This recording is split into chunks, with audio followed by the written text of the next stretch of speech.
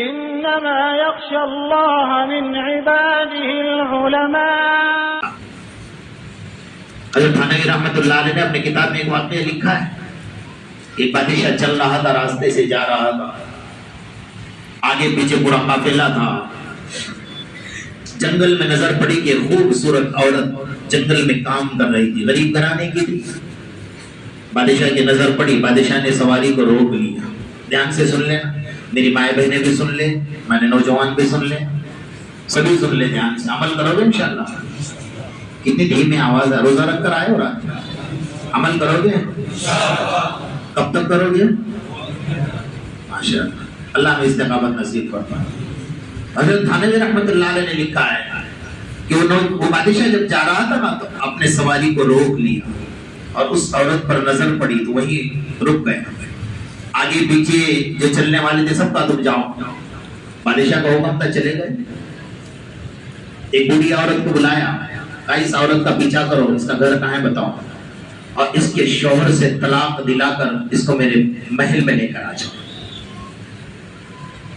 بڑی عورت نے اس کا پیچھا کیا.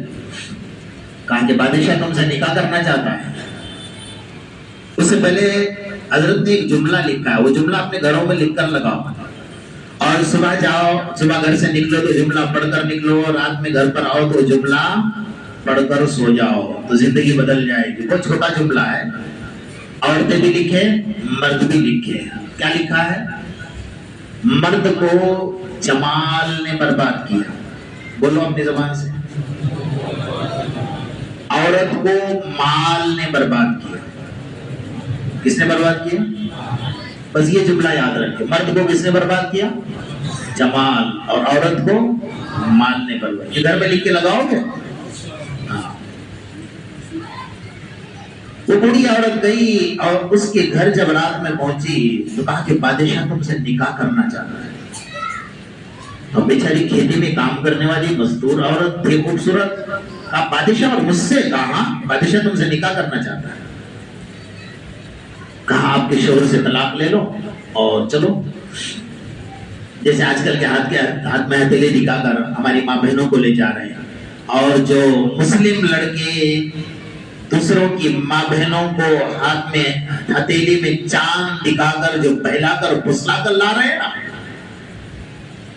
کہ تو نکاح کر کے تو دیکھ آسمان سے تارے توڑ کر لاؤں گا. شادی کے بعد ایک تیل کا ڈبہ بھی نہیں ملے گا. آسمان کے تارے تو آسمان پر رہ گئے، زمین میں تارے نظر آنے لگ گئے. جی تو بادشاہ نے کہا تو بادشاہ اور میں کہا. جیسے شوہر بیچارہ مزدور تھا، گھر میں آیا تو آنے کے ساتھ بیوی نے کہا طلاق دے دو مجھے. وہ تو بیچارہ گھبرا گیا ہے، پاؤں کے نیچے سے زمین نکل گئی. بھائی کیا ہوا؟ اللہ نے ہمیں اتنا خوبصورت رشتہ ہے، ہم دونوں مزدوری کرتے ہیں، خوشحال ہیں، اور اچانک کیا ہوگا؟ اب کوئی بات نہیں سنی، طلاق دے دو. میرے آقا محمد رسول اللہ صلی اللہ علیہ وسلم نے ارشاد فرمایا جو عورت مرد سے سامنے سے طلاق مانگتی ہے اس پر اللہ کی لعنت برستی ہے. طلاق دے دو مجھے.